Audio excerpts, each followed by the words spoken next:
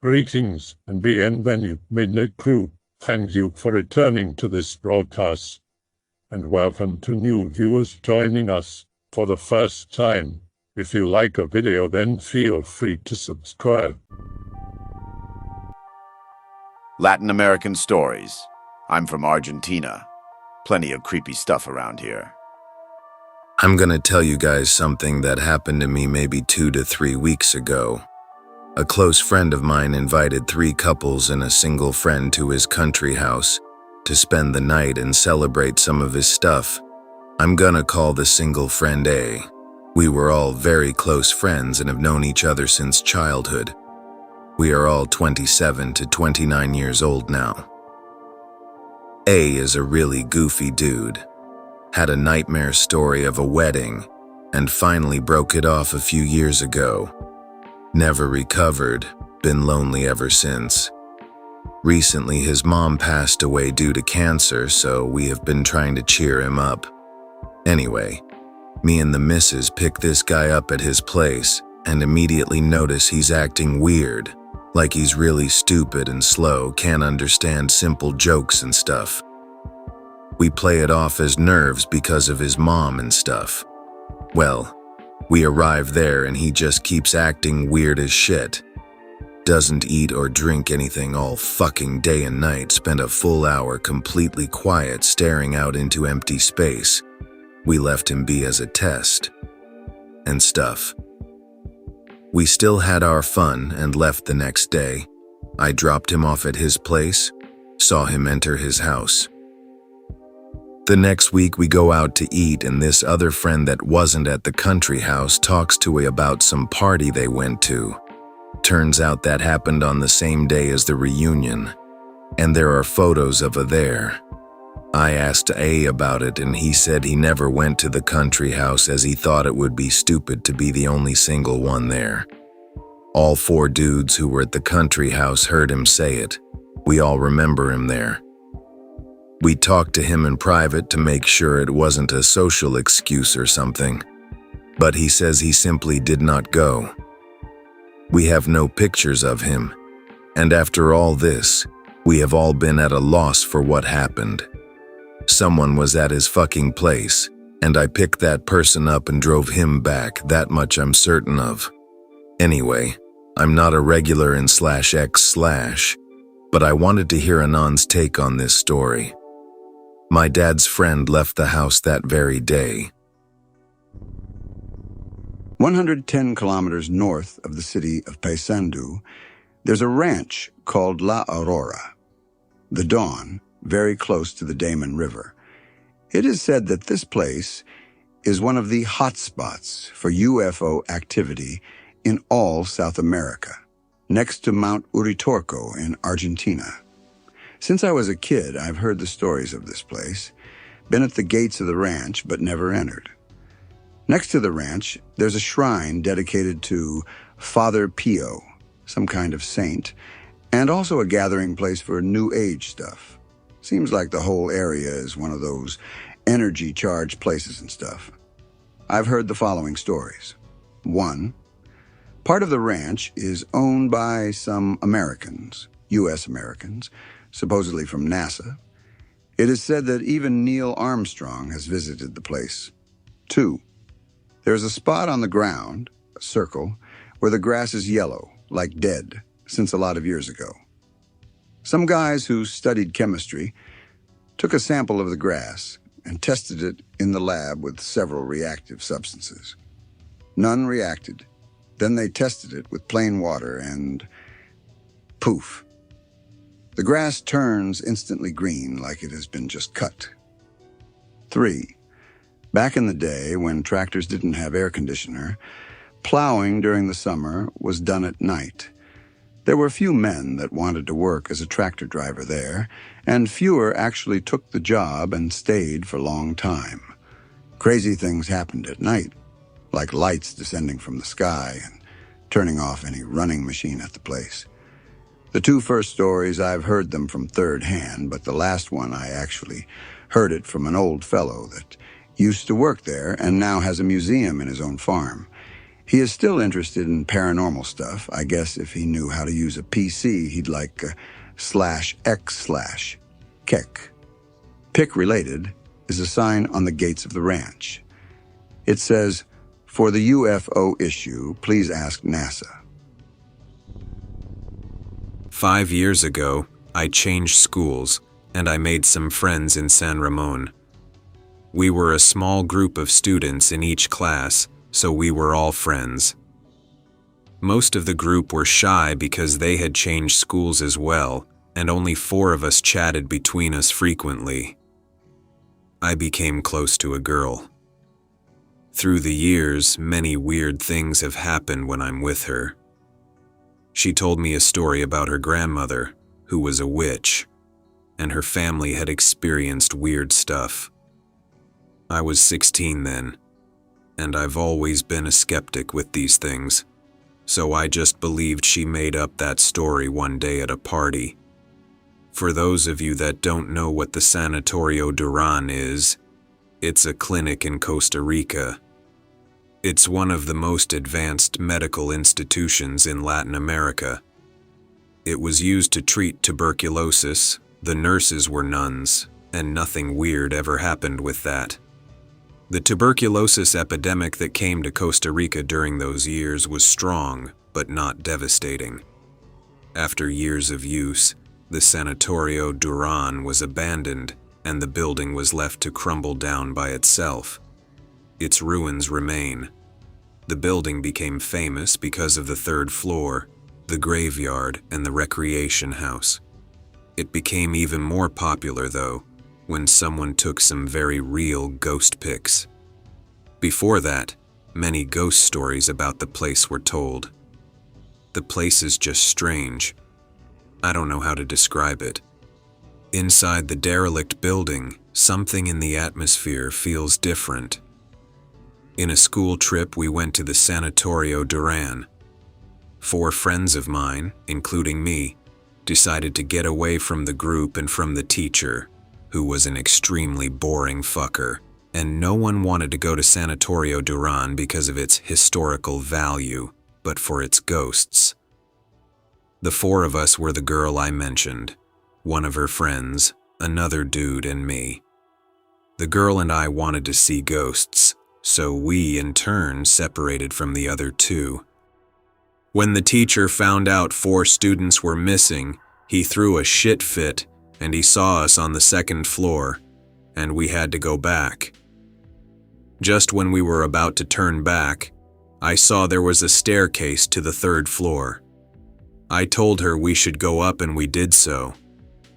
The view from upstairs is very pretty, and she asked me to take a pic from between the 2 graffitis I posted. I was about to take the pic when the whole 3rd floor shook, like in a small earthquake. I stood stiff and afraid. "Why haven't you taken the pic?" she asked. "Didn't you feel the ground shake?" "Anon, don't try to scare me. It was you. I can't make the entire ground shake." Just when I took the pic with flash, the whole 3rd floor shook even harder and harder. The 2 of us hauled ass downstairs. The whole place is haunted, full of Ouija patterns in every corner and tunnel. Families that kept the ground have gone because of it. The atmosphere is otherworldly. I recommend going there if you want to experience something paranormal, but don't go in alone nor at night. The place plays bad tricks on you. I have several experiences with the girl that made me believe in ghosts, or at least in guardian spirits. Story from my substitute teacher when I was in high school. Been years since then, but that story is something that I always remember. Teacher is young and was transferred to the north of Peru, in the Amazon in a very small town. Has made friends with the locals. They tell him a lot of stories about the spirits in the rainforest and how you have to respect them. Teacher doesn't mind it too much until one day, playing football with the locals. Suddenly a low sound can be heard near the trees. Locals stop playing, leaving the teacher confused. The sound is starting to get higher, It sounds like someone is whistling a rare tune. Locals tell the teacher to stand in his place, sit down, and to close his eyes. Everyone else does the same. Teacher gets confused but follows their words. The whistle is getting more and more close to them. Teacher starts to feel afraid, and a local next to him tells him to not move an inch of his body and to keep his eyes closed. He can hear the sound coming closer and more closer until it passes next to him and then vanishes into the trees. Everyone keeps calm until they can't hear the sound anymore. At the end, the people from there told him that maybe it was the spirit of someone who recently died, and that they tried to hide from it so that thing wouldn't steal their souls to keep it company in the afterlife. The Kharisiri is a kind of sorcerer who is well known for using a kind of narcotic to immobilize his victims and put them to sleep. After putting them to sleep, the Kharisiri uses a surgical instrument to steal the fat of the victim's body. Since it's not a professional procedure, if the victims don't go to a hospital, most of the time they die. Kharisiris are also well known because they can transform into animals like a dog, a rabbit, or a bird. People believe they have made a pact with the devil to acquire those powers. Now that you know something about them, this is a story that I know because it happened to a relative. Mother's goddaughter is having bad times. At her wedding there was a blackout, so the party was canceled, and a lot of bad things keep happening to her. Her father is a well-known man in my city, and he knows a lot of people, from respected medics to actual thieves. Someone tells him about a sorcerer who is well known because he practices cleanses that are known to work. But the thing is, he is very hard to find and to contact. That someone gets paid to find the sorcerer, and about a month or so, he finally finds him. He reunites with my mother's goddaughter. Let's call her N, her husband, and her dad. The sorcerer tells them that he is sorry if it took them too much time to find him. But it's like this, because he keeps hiding from people that are after him. N asks him if it's some kind of sorcerer mafia. The sorcerer says yes, but he can't ask for help from the police because they work in some unusual ways. After talking, the sorcerer tells them that they are going to a ranch at the north of the city, in a place where not many people live and somewhat far from the city. They arrive there. The ranch is the property of a friend of the sorcerer. The place has a lot of tall bushes with crops and everything. They go to the only building in the ranch and onto the roof. The sorcerer wants to have a whole view of the ranch. They start the ceremony. He starts a bonfire and brings a lot of exotic flowers. He starts explaining that someone has put a curse on N and her husband, possibly an ex-boyfriend. The sorcerer recognizes the curse. It was put by an enemy of his. Suddenly they start to hear something. It's the sound of wings. N told us how a big black bird, a gallinazo or vulture if you want, is near the crops. They see it, and it goes to hide in the tall bushes. N and her husband and dad feel the chills, but the sorcerer continues with the ceremony.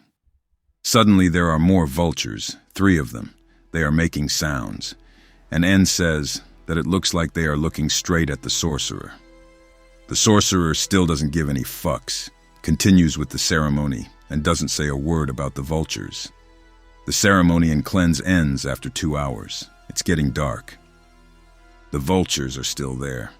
The sorcerer tells N to not be afraid. He's going to take care of it. The sorcerer grabs something from his bag and throws it into the bonfire, creating a huge fire. The vultures start to panic and then fly away. N asks what the fuck is going on. The sorcerer tells her that they are his rivals. They are Kharisiris. They are the people after him, his rituals and his secrets. They are after him because he's been interfering with their business. They've been trying to locate him for months to get him killed, steal his fat and use it for rituals. Sometime later, N's life is improving. She is grateful to the sorcerer. She recommends him to a lot of people. Impossible to reach him. It's been like 3 years, and not a word about him. People don't know if he has been killed or just hidden in another city or country. Here's another UFO story. Be camping with 5 to 6 friends at a place called Puerto Viejo, Old Harbor, on the coast of the Uruguay River. Night fishing at the dock, we were the only ones camping that day, crowded during weekends, empty the rest of the week. The parents of one of my friends were camping too. My friend's mother, who's kinda weird, comes to check on us. We were teens. There was a red star shining over the Argentinian side of the river. She says, "Look kids, that's a UFO. ConstanzaFace.jpg. You don't believe me? Watch this." She turns on a flashlight, starts waving it in an 8 shape, saying, "Come here, I'm calling you." The star starts moving towards the south, an elliptic trajectory, then disappears and reappears at the initial spot. When it stops, we just wave the flashlight and there it goes again. My face when we made contact with aliens with a shitty Chinese flashlight. In Brazil, there's something we call causo, spelled intentionally wrong from queso, case. These are anecdotal experiences from people of the countryside, more often than not encounters with creatures and unexplainable events. Brazil is vast, and there are still many places where people live simple lives near dense forests like 100 years ago, filled with faith and creed. Where I live used to be a rural zone, and I remember some stories I heard. There are some bamboo forests here. They were denser back then, and there were many dairy farms until the late 90s. There are many causos of encounters with Saci whipping the horses at late night, the smell of his pipe and cases of guys being whipped. I had an experience of my own when I was a kid. It feels more like a coincidence than an actual paranormal event, but it was scary nonetheless. Here it goes. Be me, 8 or 9 years old. Early 90s. Playing at night with my friends. A friend whistles. Everyone gets excited. "Teach us!" Everyone trying and whistling at night. My friend's dad comes out of his house and says, "Stop it." We didn't stop. "Stop it," he shouted this time. "Don't whistle at night," he said, but he didn't explain why and went inside again. After some minutes, we start to whistle again and he comes out. As he comes out, we heard something. Whoosh! A microburst of wind came beating the open doors closed. Some were made of metal, making loud bangs. It lasted for at least 3 minutes and stopped. "See, I said to not whistle at night," my friend's dad said. A bit of context. A Saci is a folklore creature with just one leg. He smokes a pipe and rides on a whirlwind. He's known to behave like a fiend, doing everything from petty misdeeds to cruel things. Whistling at night brings bad luck, some would say, and whistling in the middle of a bamboo forest is a known way to summon him. For people in the city, he was turned into a silly character for kids, but in the countryside, he still brings fear. About 6 years ago, I went on an end-of-year trip. I put that in quotes because it wasn't for high school graduates, but for elementary school. The school took us camping near Sierra de los Padres in Mar del Plata, Argentina. The trip was just one night of camping, and honestly, for just one night, a lot happened.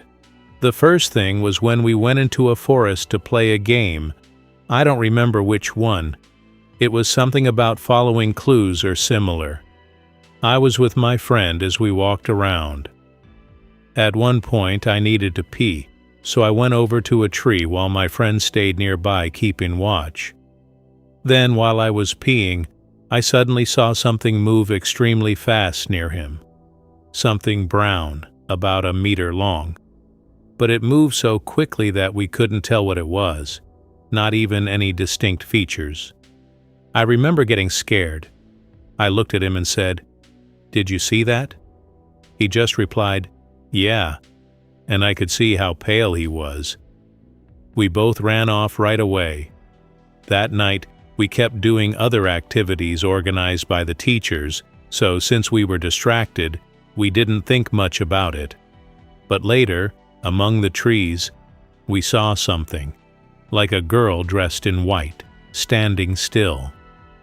We called other kids over to look, and several got really scared and started crying, which brought the teachers over. The figure we saw was gone by then, and the teachers thought we were messing around trying to scare the others, so they scolded us. After that, we went to eat at a place nearby. It was like a temporary lodge. It had a huge dining hall, bathrooms, and a room with bunk beds. While we were in the dining hall, we were looking out the window when suddenly a friend of mine screamed, really frightened, saying he had seen the girl very close again and that she had vanished instantly. We were joking and making fun of the situation. Honestly, all of this was keeping us pretty entertained. I remember later on I was looking out the window and there was a sort of stable. As I was looking at it, the door of that stable suddenly swung open very hard. Other kids saw it too, and we joked that it was a ghost. Now comes the craziest part. While we were sleeping, a few guys snuck out and went to the bathroom to play the Ouija board game. After playing, one of them took a photo of the place. When I saw it, it impacted me so deeply that I know I'll never forget it. I remember it perfectly. In the middle of the room, you could see the legs of a girl, long stockings with white and red stripes, and then up to a skirt. That was all you could see of her, because as you looked upward, she faded away, so only half of her body was visible. I saw the photo with my own eyes, and I can assure you it wasn't edited or a prank. Right in the middle of the room, you could see that, and nearby there was a mirror. In the mirror, something much more shocking could be seen. A humanoid shape, but completely black. No clothing or features could be distinguished. It was absolutely black. The shocking thing about it was that even though you could tell it was human-shaped, it had neither arms nor a head. Only the torso and legs were visible. The guy sent me the image via Bluetooth, and I remember uploading it to a paranormal forum, which when I checked a few years ago was no longer online. I really regret having lost that photo. After years of computer reformats, I lost it. Even 2 years ago, I contacted the guy to ask if he still had the photo, but unfortunately, he didn't. Well, folks, this is my little personal story to contribute to the thread. I live in Brazil, and I ask nearly every single person I meet throughout the country, rural or densely urban, if they've had a paranormal experience. One important thing to consider in the entire continent is that it's densely religious and minimally spiritual. Christian, evangelical, candomblé, umbanda, quimbanda, indigenous groups, not much is known about their faiths sadly because of colonization and Jesuit influence. As such, while many may not be the most devout practitioners, the idea of the paranormal is perfectly acceptable to them. But what was intriguing is that, for all the ones I asked, even the atheists, all of which were millennials and Zoomers in urban settings, admitted to have seen something at the very least unexplainable. In fact, I just recalled the only exception among the atheists in terms of age was a professor of mine, relatively old, who even admitted to seeing a UFO. Important to note, this dude was a damn genius in engineering and remained his entire life in the academic field. As for some stories I gathered, a common one is poltergeist activity in rural houses. Sounds of breaking glass and chains in the middle of the night, only to wake up and find nothing out of the ordinary. A woman dressed in white walking in the corridor. Sudden smoke smell in a house whose foundation was once burned with victims. Footsteps and old TVs turning on and off to the point of hearing the button clicking and static. Flashes of people in the corner of the eye who die a week or so later. You could assume these people are lying for attention, but most tell these stories casually, and some came from people who weren't really spiritual to begin with. In other words, the local culture allows it, so these tales get told without the need to lie. I myself have seen some UFOs, and I make sure not to tell what I'm not sure of. I'm really cautious with this. Perhaps the favorite and funniest and creepiest story I was told was of a lady in a rural town who lived close to my family back then. She used to get up at 4 a.m. to dry her clothes on her lawn. Her child went with her, looked up to the house's roof and said, "Look, Mom, there's a cow." She was obviously confused because there was nothing, only for the child to repeat, "Oh, it's getting down." The woman instantly made 2 + 2, cow equals has horns, and ran inside LOL. Can't recall if they had other paranormal shit in that house, but again, it's the norm, so I'd expect it. Playing football with friends. Few hours playing and the sun is starting to go down. Decide to go to a friend's house which had a goal set up so we could continue playing.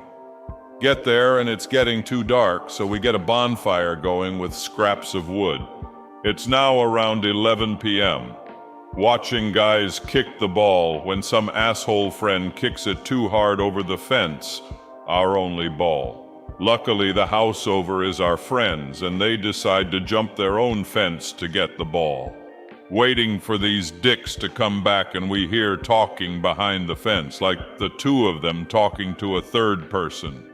We see them come back up the fence, and they are laughing and insulting one of our friends. They make it over the fence. We are standing in a circle, and the two guys who got the ball turn pale as fuck. One of them can't speak. "Dude, you all right, man?" They point back and just say, "No way." We calm them down and they finally begin to talk.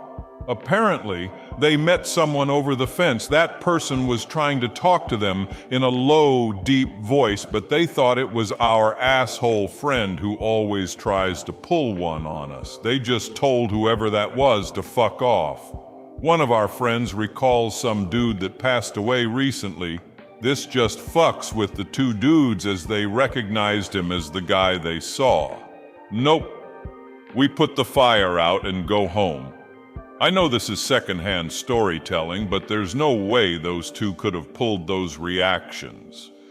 We used to bring it up all the time to fuck with them, but they just got silent and said, "Not cool, man." Hard to believe they lied about it. I hope that you enjoyed tonight's broadcast. If you enjoyed tonight's story, then please subscribe to the channel as more Greentext will appear daily. A new broadcast will appear when the clock strikes midnight Central Time.